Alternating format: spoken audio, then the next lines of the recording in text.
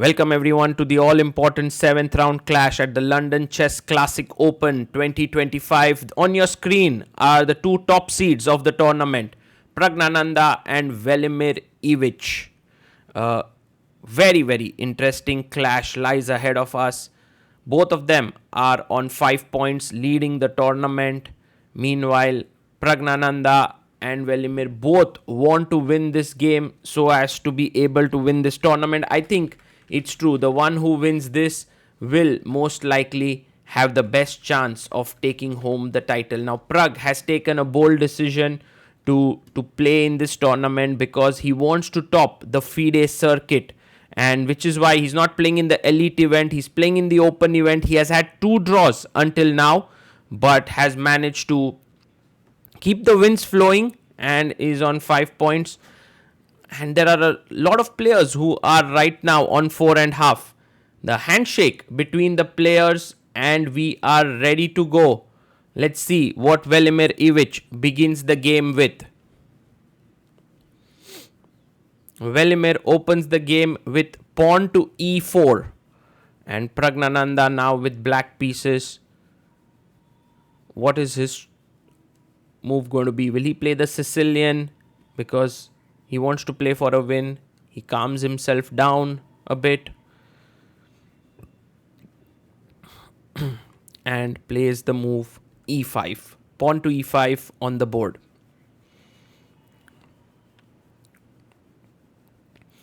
Now Velimir thinking about what should he do. Knight f3 is the most common move. But he's thinking a bit. Does he plan to go knight c3? Not really. Knight to f3 out there. And Praggnanandhaa now will most likely play knight to c6. Right, that's on the board. And now the question, Italian or the Spanish? Which move does he go for?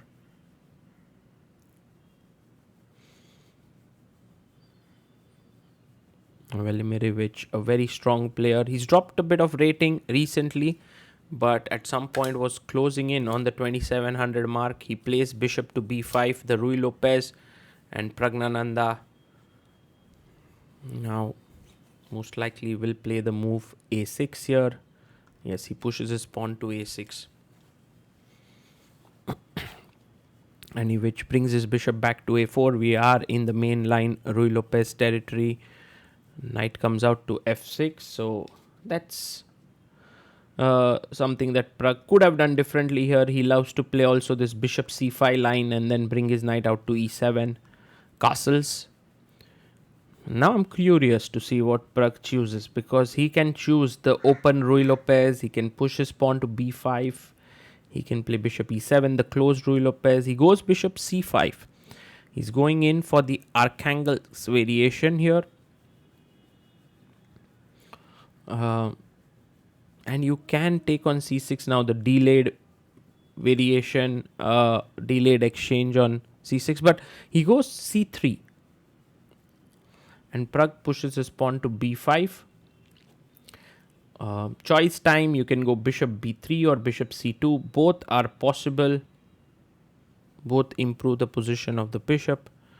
Goes bishop to b3, keeping an eye on the f7 point here. And now pawn to d6 played here.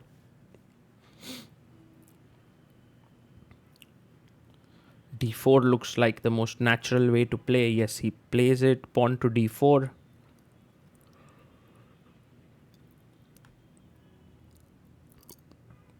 And keeping the structure intact with bishop to b6.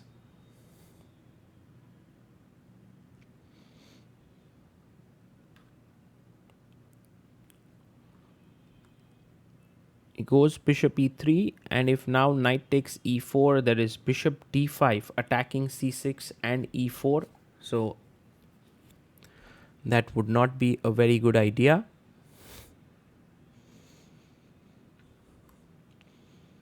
Black castles here. And now knight to d2 seems like the natural move. brings his knight out, defending the pawn on e4.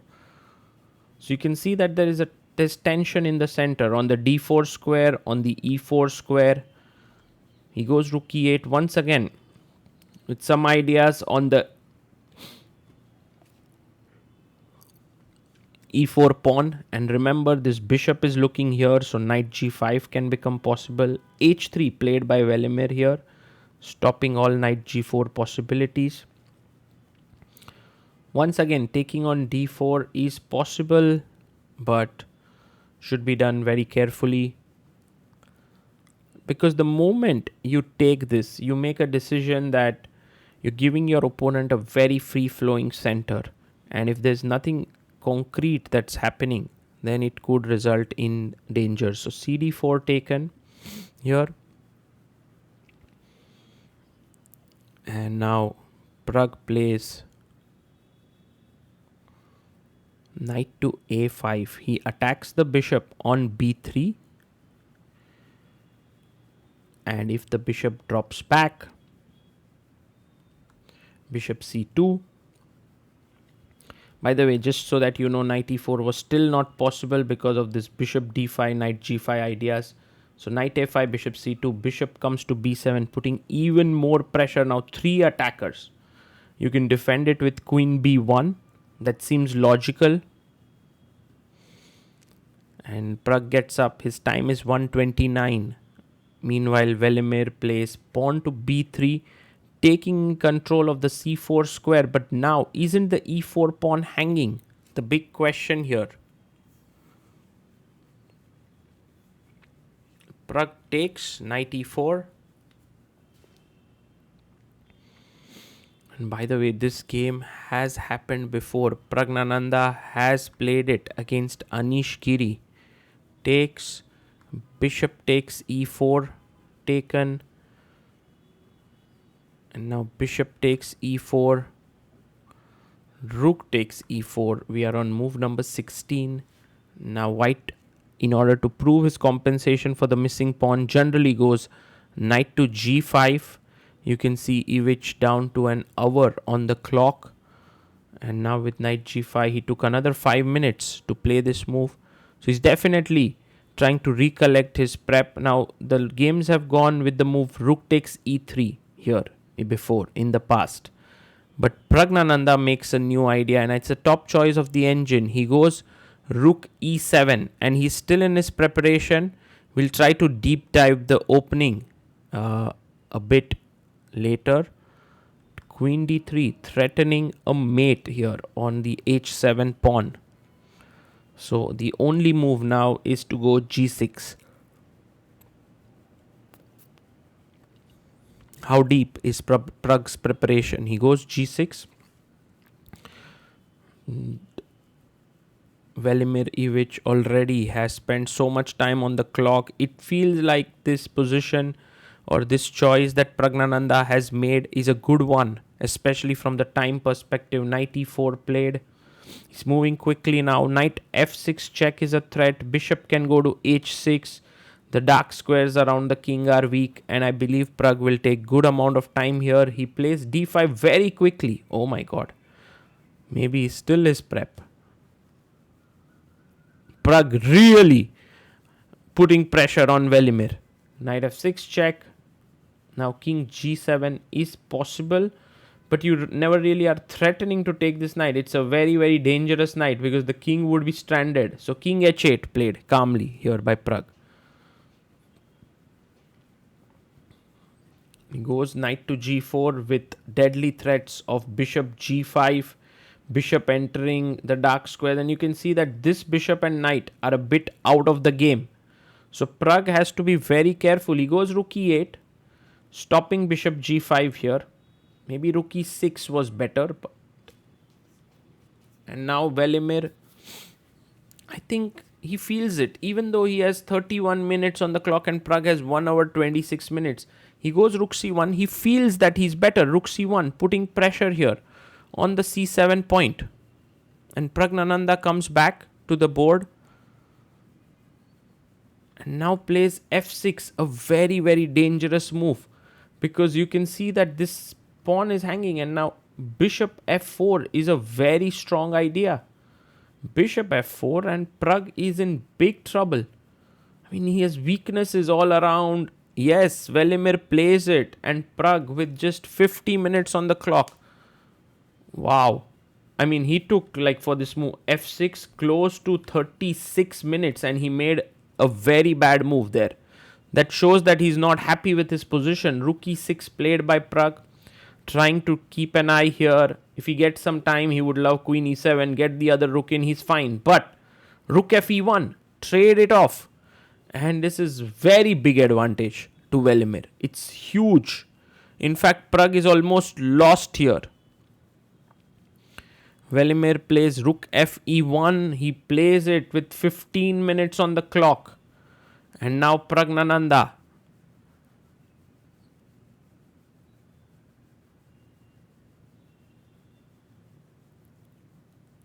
He goes queen e7 and makes the best move of the game, offering a draw. And now for Velimir, it's clear that he shouldn't be taking this draw here. He's better. He is having a huge advantage and takes it. Oh my goodness. Oh my god. Rook e6, queen e3. This is what Pragg is saying. You can just go queen e3 and I'm in big trouble. And you can see Velimir did not think about this move. Takes, and here's a beautiful line. If you go g5, by the way, you can't take here because of rook c8, but bishop g3. Now I'm threatening to win here this pawn, and if king g7, now bishop takes c7. Beautiful move, because after rook c8, can you find what's the move here? The move is knight takes f6. A very, very beautiful idea. And here you can't take on c7, knight e8 check. If you take this way, I simply go boom, boom, and white wins. So a huge bullet dodged by Pragg by offering the draw at the right time. He could have very well lost the game if few more moves would have been played. But by offering a draw with extra time, he made a smart move there. Just so that you know the opening next time you play. Let's go to this position after move 14. Pragg takes the pawn, takes, bishop takes, rook takes, knight g5. And in the past, there have been couple of games. One is Anish Pragg. The other is Salem versus Abhimanyu Mishra. They went rook e3. The point is, if you take, I win the knight. So queen h5 is played. The threat is to, of course, attack both these pawns. H6 is the only move. Once again, if you take here, I'm going to take this knight. So the best move now is to play knight f7. If you try to save your queen, I'd play fe3 and I'm winning here as white. So the best move here is rook takes h3, believe it or not. And the main idea is not to win this pawn. It's to just stop fe3 from happening. So rook takes h3, attacking the queen here. And by the way, Pragg and Velimir are also discussing. Queen takes h3 is met with king f7. Black is better. But gh3 is the main move here. And now I play queen e8, attacking this pawn.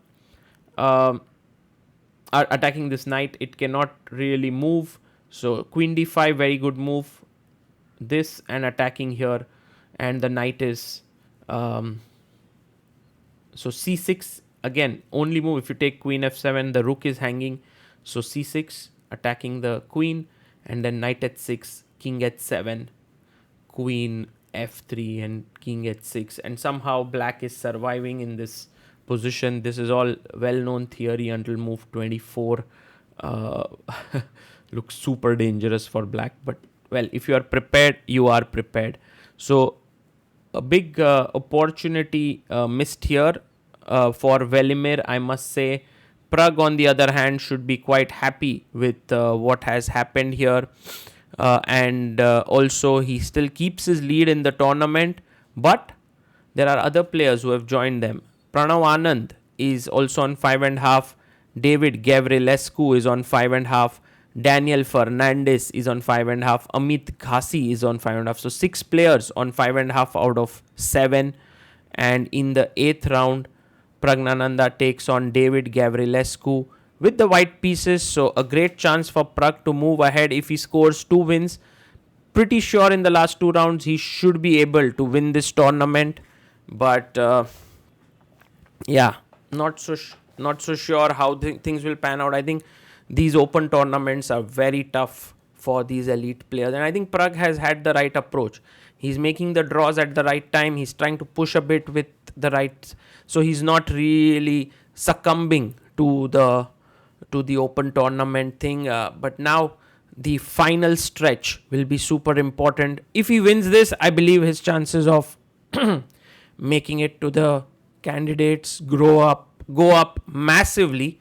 So last two super important games, and I love how both these players are spending time analyzing with each other, trying to. I think these moments where you analyze and you go over the position jointly is very useful, because you are able to remember these things because you've just played a game that is very fresh. You get your opponent's thoughts in, and well, maybe you can try to do that in your game. In the end, Pragg sets back his pieces. He's one of those players who doesn't enjoy when he doesn't play well. Chess, winning or losing, is important for him, but also playing well is important. So today is not a day where he is happy with himself.